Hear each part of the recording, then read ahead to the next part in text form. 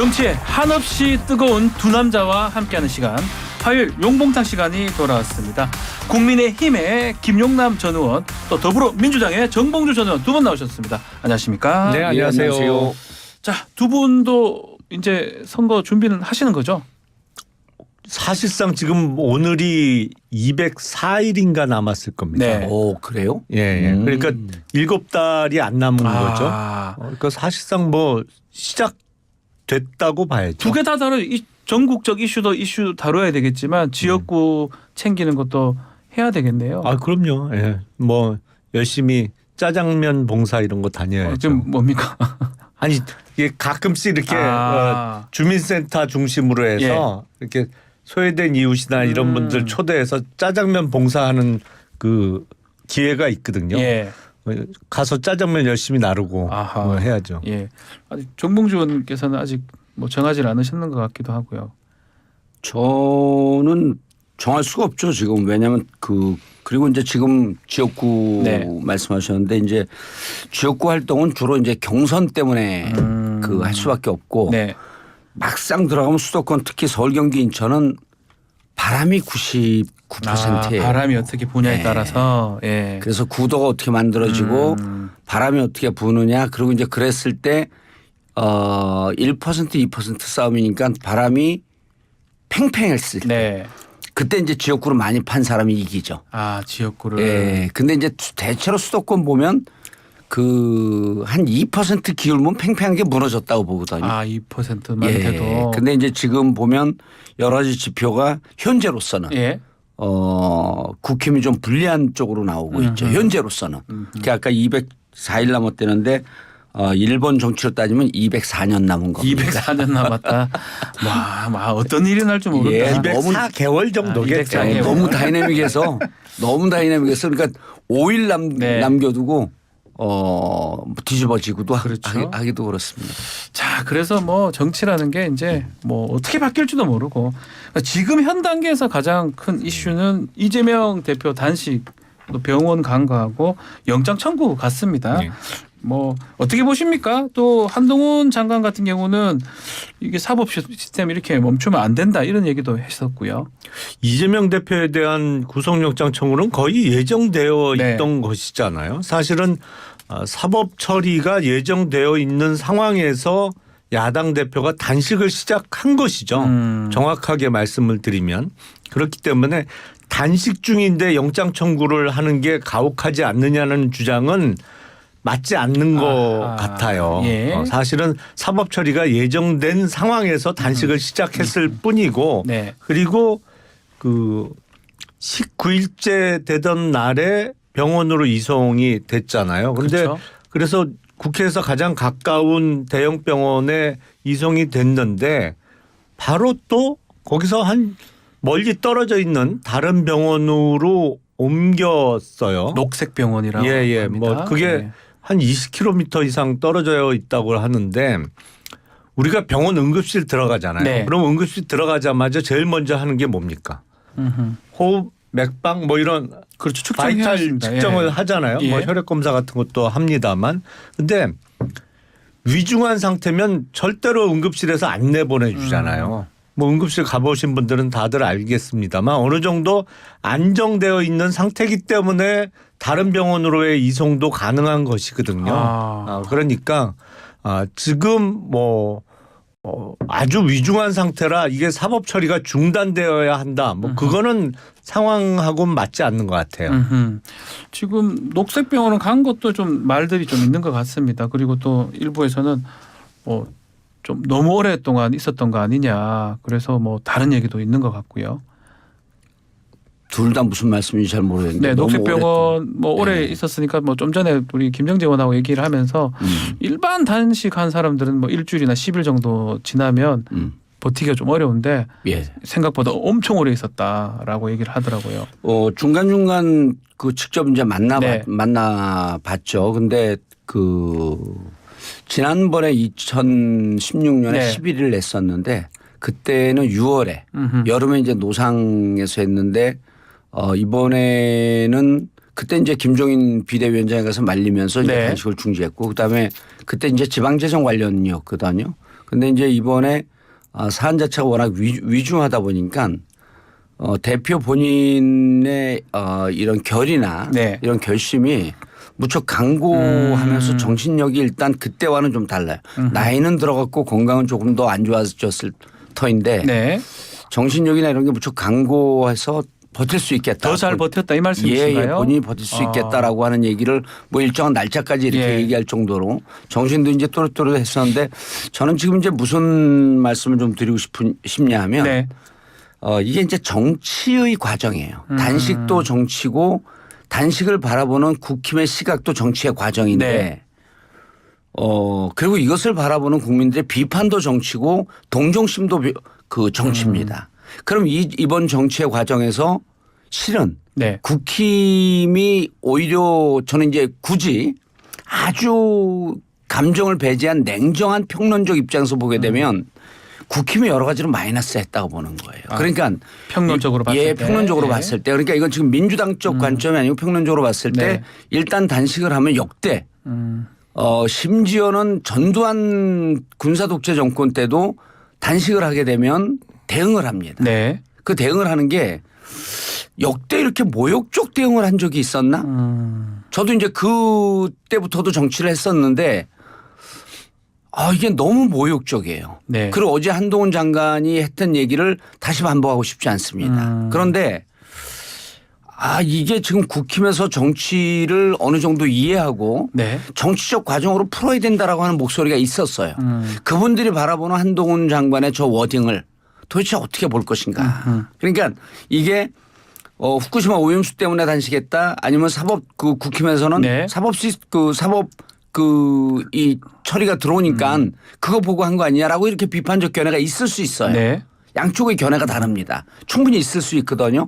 그런데 사람이 15일에 넘어간 이 단식을 과연 이렇게 조롱하고 모욕감을 주고 단 한 채로 찾아오지도 않고 이런 게 과연 국민들에게 진짜 어떻게 비춰질지 국힘 내부에서도 저는 문제의식이 좀 있을 것 같다는 생각이 이게 들어요. 평론가적 관점에서 말씀을 하셨습니다. 이게 정치가 실종됐다 뭐 이런 말씀. 근데 지역에서 이렇게 다녀보면서 여론 청취를 해보면 네. 이재명 대표의 단식은 별로 호응을 못 얻고 있는 것으로 판단이 돼요. 왜냐하면 이게 단식을 하는 이유가 사실은 보이거든요. 뭐 단식을 시작하면서 내건 조건 3가지 네. 있잖아요. 이게 대단히 추상적이고 지금 상황하고 안 맞아요. 그러니까 뭐 예를 들어서 민주주의를 훼손한 거에 대해서 윤석열 대통령의 사죄를 요구를 했는데 이게 지금 많은 국민들께서는 어리둥절한 요구 조건이거든요. 그러니까 더군다나 그 단식을 시작하던 8월 31일 네. 당시에는 이재명 대표의 검찰 출석 날짜를 옥신각신하면서 조율 중이던 상황이잖아요. 그러니까 그 이후에 지금 어제 영장 청구가 됐습니다만 예정되어 있던 사법 처리 과정을 앞두고 시작한 단식에 대해서는 크게 여론의 호응을 못 얻고 있는 것으로 보입니다. 자 그렇다면 그러니까 이제 네. 예를 들어 이제 김영남 의원이 지역을 다니면서 네. 이제 국힘 지역위원장이니까 거기에 대해서 얘기하는 사람들도 그 비슷한 그 갈래로 얘기를 하죠. 예, 뭐 그럴 수도 그런데 이제 있죠. 데이터상으로 보게 되면 이재명 단식에 대한 국민이 공감한다라고 하는 예. 게 사실 수치상으로 더 높게 나오고 있지 않습니까? 그건 여론조사마다 틀리고 그러니까 이런 거예요. 제가 드리고 싶은 말씀은 네. 국힘 입장에서는 그렇게 들리고 우리 입장에서는 저렇게 들리는데 네. 중요한 건 무슨 이게 말인지 단식이 길어지면서 아하. 국민적 동정론이나 국민적 공감대는 국힘이 보는 것과는 조금 결이 다를 수 있다는 거예요. 예. 자 그렇다면 이제 21일 날 본회의에서 체포동의안 표결이 유력한데 어떻게 예상을 합니까? 이재명 대표의 단식은 사실은 당내 투쟁의 성격이 네. 더 강하죠. 당내 투쟁이다. 그렇죠. 예. 사실은 내가 이렇게 단식하면서 지금 하고 있는데 나에 대한 체포동의안에 대해서 가표를 던질 거냐 민주당 의원들이 네. 이런 당 내부를 향한 투쟁 성격이 훨씬 강하고 이게 일단 상황상 대표가 오랜 기간 단식을 이어오고 뭐 물론 지금 병원에 입원해서 수액을 맞으면서 단식을 계속 하겠다고 했잖아요. 그렇죠. 뭐 그건 병원에 가는 순간에 저는 예상이 됐던 상황입니다. 분명히 이 체포동의안 내지는 사법 처리에 대한 결론이 날 때까지는 단식 중단 선언을 할 수 없는 상황이기 때문에 네. 뭐 근데 수액을 맞으면서 단식한다는 거는 별 의미는 없거든요. 그게 뭐 입으로 먹으나 수액으로 영양분을 공급받으나 뭐 그거는 큰 의미는 없습니다만 어쨌든 민주당 내에 소위 비명계 의원들이 공개적으로 6월 교섭단체 대표연설 때 이재명 대표가 약속한 불체포 특권 포기를 지키라는 것을 공식적으로 말하기는 어려운 상황이다 이거죠. 뭐 그걸 얘기했다가 더 큰 공격을 받을 상황이 됐으니까 어쨌든 본인의 지지층의 결집은 이루어냈고 그 결집을 기반으로 해서 본인의 체포동의안 통과를 주장하는 당내 목소리는 억누를 수 있는 상황이 됐기 때문에 그 일단은 체포동의안이 부결 가능성이 높은 거 아니냐라고 예측은 됩니다만 이게 비밀 투표잖아요. 알 수가 없다는 무기명 거죠. 투표고 그 안에 들어가서 뭘 찍을지 어떻게 알아요. 제가 지금 예상해 보면 비명계 의원들이 겉으로 얘기는 못하고 있습니다만 기표소 안에 들어가서 꽤 많은 저번과 같은 적어도 가표는 못 찍더라도 무효표나 뭐 이런 거는 많이 나올 것으로 예상이 됩니다. 어떻게 정봉주 의원께서는 어떻게 보십니까? 지난번에 이제 기권 반대, 기권 찬성까지 해서 한 31표 정도가 나온 것으로 추정을 합니다. 이건 뭐 정확한 건 아니고. 그런데 이제 이런 거죠. 지금 여러 가지 이제 논란과 주장이 있었는데 중요한 건 지금 그 전에는 우리가 체포동의안 부결에 대해서 토론을 하지 말자는 주장도 있었고요. 토론하는 것이 역풍에 휩싸일 수 있다. 그래서 그때는 어떤 분위기였었냐면 지난번 나왔을 때는 이거를 당론 부결하게 되면 심각한 국민들 저항에 부딪힐 것이다. 이른바 역풍론이 더 셌었죠. 그렇기 때문에 논의도 공개적으로 제대로 못하고 그리고 당론 결정도 못했는데 그러면서 이른바 비명 반명 의원들 사이에서는 서로 전화를 돌리면서 기권 내지는 가결을 독려했던 흐름이 뒤늦게 잡혔어요. 그런데 이제 지금 중요한 건 뭐냐면 의원들이 이른바 이제 비명 반명 쪽에서 이런 얘기까지 나와요. 증거가 없지 않냐.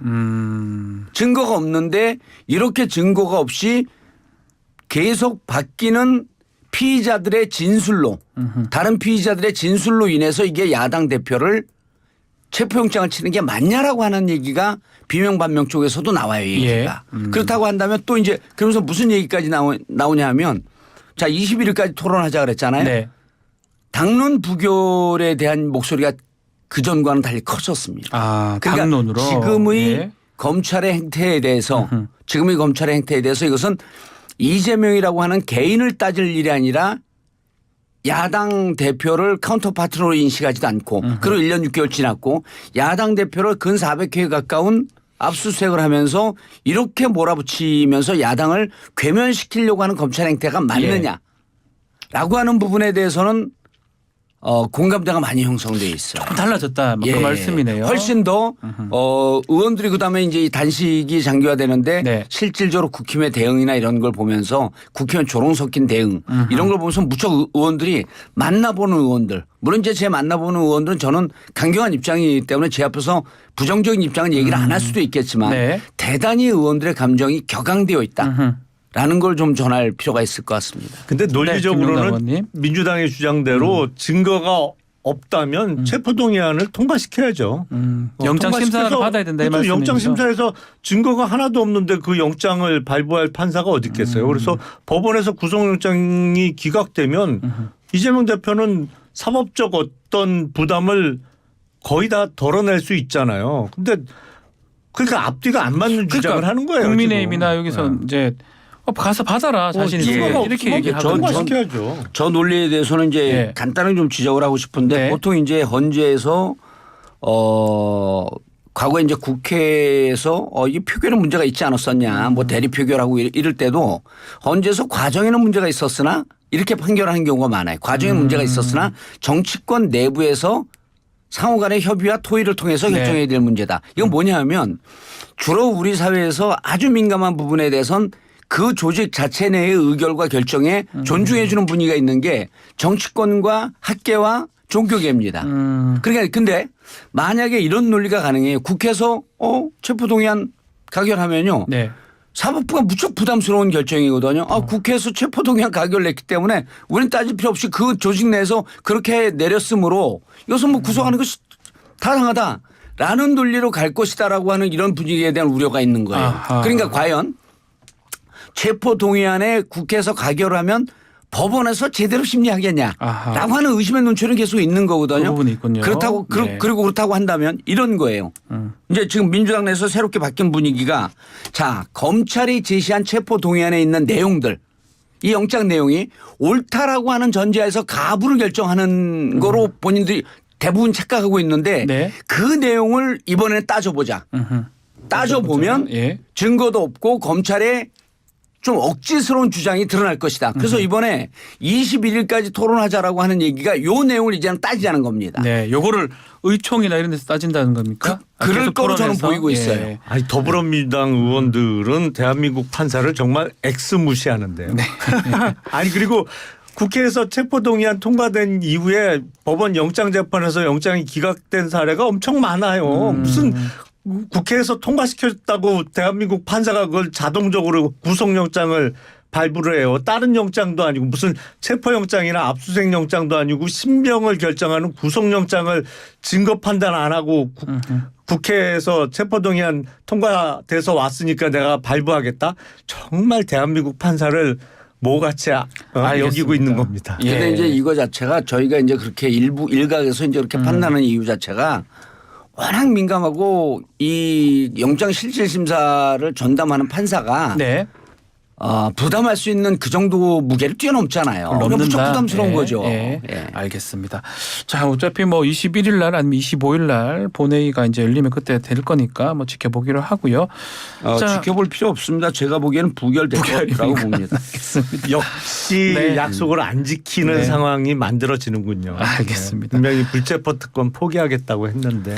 자, 또 중요한 이슈 중에 하나가 총선 뭐 바로미터라고 하는 강서구청장 재보궐선거 지금 사실상 윤석열 대통령 또 이재명 대표의 뭐 대리전이다 이런 얘기가 나오고 있습니다. 사면받은 김태우 전 구청장 또 전략 공천한 진계훈 전 경찰청 차장 판세가 좀 보이십니까? 우선 강서구 자체가 국민의힘이 유리한 선거구라고 볼 수는 없죠. 아하. 다만 이게 보궐선거잖아요. 예. 보궐선거는 전통적으로 국민의힘이 유리하거든요. 그렇기 때문에 진다고 단언할 수 없는 선거라고 저는 생각하고 네. 이겨야 되는 선거라고 생각해요. 이겨야 된다 더군다나 무조건. 네. 21일이 됐던 9월 25일이 됐던 본회의 때 이재명 대표에 대한 체포동의안이 민주당에 의해서 부결되잖아요. 아하. 그러면 그 역풍이 남아있는 상태에서 아하. 치러질 수 있는 선거거든요. 거기에 영향을 미칠 것이다. 10월 네. 11일이니까 그렇죠. 뭐 보름 정도 지난 다음에 아니면 21일 본회의에서 체포동의안 표결이 이루어진다고 하면 채 20일이 안 된 상태에서 치루어지는 선거이기 때문에 오히려 지금 나오는 여론조사 뭐 유리한 것도 있고 불리한 것도 있습니다만 어쩌면 김태우 후보의 승리를 이재명 대표 덕분에 가져올 수 있는 어허. 보궐선거다라는 예. 생각이 듭니다. 자, 정봉주 의원님 어떻게 보십니까? 이거를 이제 저는 이제 완전히 관점이 다른 네. 게요. 예. 보궐선거의 특징은 중도나 정치적 정치 저관여층이 투표장에 나오는 선거가 아니에요. 아하. 이거는 각 진영의 아주 정치 고관여층이나 그래서 양쪽 진영이 어떻게 결집되느냐라고 하는 것을 좀 봐야 되거든요. 네. 그래서 제가 지난 시간에 무슨 얘기를 말씀을 드렸냐면 주로 60대 70대에서 이제 보수 국힘의 지지가 강하고 3, 4, 50대에서 이제 민주당 지지가 강한데 3, 4, 50대에는 주로 생계에 종사하는 분들이기 네. 때문에 6일, 7일 사전 투표가 있고 본 투표가 있긴 하지만 어쨌든 3, 4, 50대의 투표율은 상대적으로 낮을 수밖에 없다. 반면에 60, 70대 분들은 그 시간적 여유가 있기 때문에 투표장에 많이 나올 것이다. 그래서 그렇게 말씀하셨습니다. 이게 예. 정상적으로 보게 되면 민주당한테 결코 유리한 선거가 아니다. 근데 이제 제가 강서구 갑에 한번 출마하려고 했기 때문에 네. 그쪽 지역 조직과 이제 많은 연계가 있는데 이런 분위기가 생각외로 좀 강합니다. 좀 조사를 해봐야 되겠지만 예. 지금 언론 보도에 따르면 역대 본인 때문에 이게 보궐선거가 이뤄지는데 바로 해당 선거에 또 나온 경우 역대 처음이랍니다. 거의 뭐 그렇게 알려져 있긴 예, 그렇게 합니다. 알려져 있고 그렇게 예. 보도가 나오고 있습니다. 이거는 지역 주민들 입장에서는 무척 그 굴욕적이고 모욕적인 거라고 지역 주민들이 느끼고 있다는 거예요. 그래서 그러면 이게 그냥 주민들이 일반적으로 결집되는 게 아니라 그러면 김태우와 후보와 카운터 파트너에 있는 민주당 쪽의 결속의 하나의 모멘텀이 되는 거죠. 예. 그리고 실질적으로 이분들이 갖고 있는 정서라고 하는 것은 이재명 당대표에 대한 체포동의안 부결돼야 된다라고 하는 예. 정서가 강합니다. 아까 체포동의안이 부결되면 역풍일 거라고 했는데 그런 거는 실질적으로 중도층이 존재한다고 한다면 그분들에게 일부 있을 수 있지만 제가 전제로 말씀드렸듯이 그분들은 투표장에 안 나옵니다 이번에는. 아하, 민주당 쪽엔 더 그렇죠. 호응할 민주당에는 것이다, 이 오히려 말씀인가요? 이재명 당대표의 체포동의안이 부결이 되면 이제 한번 해보자. 그러니까 1년 6개월 동안 이렇게 밀어붙였는데 윤석열 정권이 우리도 버텨서 싸울 만한 용기가 생겼다. 라는 쪽으로 오히려 민주당의 결집도는 더 높아질 수 있겠다. 달리 해석하네요. 예. 두 분께서 달리 해석을 그래서 합니다. 실질적으로 김태우 그 후보가 이기는 것은 이건 역대 이렇게 되면요. 이거는 진짜 내가 대한민국 국민으로 이러려고 태어났나? 자괴감을 갖는 분들이 많이 생길 것 같아요. 그 상황이 그럴 수 있다. 자, 그리고 지금 용산 참모 차출설이 지금 계속 나오고 있습니다. 국민의힘 지도부에서 뭐 사실은 아니다 하는데 혹시 뭐 들으신 얘기가 이제 국민의힘에 계시니까 일단 매우 그 틀린 얘기죠. 틀린 얘기다 이거는. 왜냐하면 용어 자체가 틀렸어요. 아하. 차출은 본인의 의사가 없는데 본인의 의사에 반해서 어쩔 수 없이 나가게 되는 게 차출이잖아요. 예, 그렇습니다. 자기네들이 나오고 싶어서 나오겠다는 사람이 다인데 무슨 차출이에요. 차출이 아니지. 자원인 거죠. 예. 그러니까 차출이 아니네요. 용어 자체가 예. 차출설은 틀렸어요. 틀렸군요. 근데 이거 어떻게 어느 정도는 맞는 얘기입니까? 그러니까 지금 대통령실에서 총선을 준비하는 분들이 꽤 있죠. 근데 그 숫자에 있어서는 뭐 정확하게 몇 명이다 찝을 수는 없죠. 왜냐하면 상황에 따라서 나가고는 싶은데 여의치 않아서 출마를 접을 수도 있고 그렇죠. 뭐 그거는 40명이 될지 정말 5명에 그칠지 그거는 두고 봐야 되는 겁니다만 근데 그 차출설의 이유 중에 하나가 인적 자원이 부족해서 뭐 이런 얘기를 하잖아요. 근데 정말 국민의힘의 인적 자원이 부족해서 대통령실에 있는 비서관이나 뭐 수석 행정관들이 그 어쩔 수 없이 인적 자원을 보충해 주기 위해서 나와야 되는 상황이면 정말 큰일인 거죠. 더군다나 그 사람들이 대부분 영남으로 출마한다는 그렇죠. 얘기인데 영남에서도 인적 자원이 부족하다는 건 사실 말이 안 되는 얘기예요. 이거는 그러니까 여러 가지 그 전제가 틀렸어요. 첫 번째 본인들이 나오고 싶어서 나오는 거예요. 나오면. 그리고 인적 자원이 부족해서 인적 자원이 국민의힘의 인적 자원은 대부분 영남에 쏠려 있어서 문제지 거기에 인적 자원이 부족해서 차출 당해야 되는 상황은 전혀 아니에요. 명분이죠. 맥락이 안 맞다 이렇게 말씀을 하시는 것 같습니다. 이제 뭐 저도 이제 비슷한 관점인데요. 일단 용산에 있는 별정직 그 공무원분들이 나오려면 1월 10일까지 사퇴가 수리가 돼야죠. 사퇴를 내는 게 아니라 수리가 돼야 됩니다. 그러려면 이제 1월 초 연말서부터 사표를 내는 이제 그 추세가 이어질 텐데. 마지노가 그 90일이니까 그때입니다. 그렇죠. 1월 10일입니다. 그래서 1월 10일 날 그러니까 1월 9일 10일까지 수리가 딱 돼야 돼요. 그런데 이제 지금 김용남 의원도 말씀하신 게 일단 용산 타이틀을 갖고 현재로서 수도권 도전하는 게 별로 그렇게 득이 안 됩니다. 그렇다고 한다면 용산에 있는 분들이 나오는 거는 실질적으로 TK나 부울경 쪽으로 가겠다라고 하는 이런 의지가 저는 정보가 없습니다. 이런 의지가 강할 것으로 보이는데 실질적으로 수도권에 나와서 싸워갖고 어쨌든 당의 보탬이 돼야 되겠다라고 하는 이런 걸 지금 국힘 정치하는 분들이나 국힘 지도부도 바라고 있는 거죠. 지지자들도.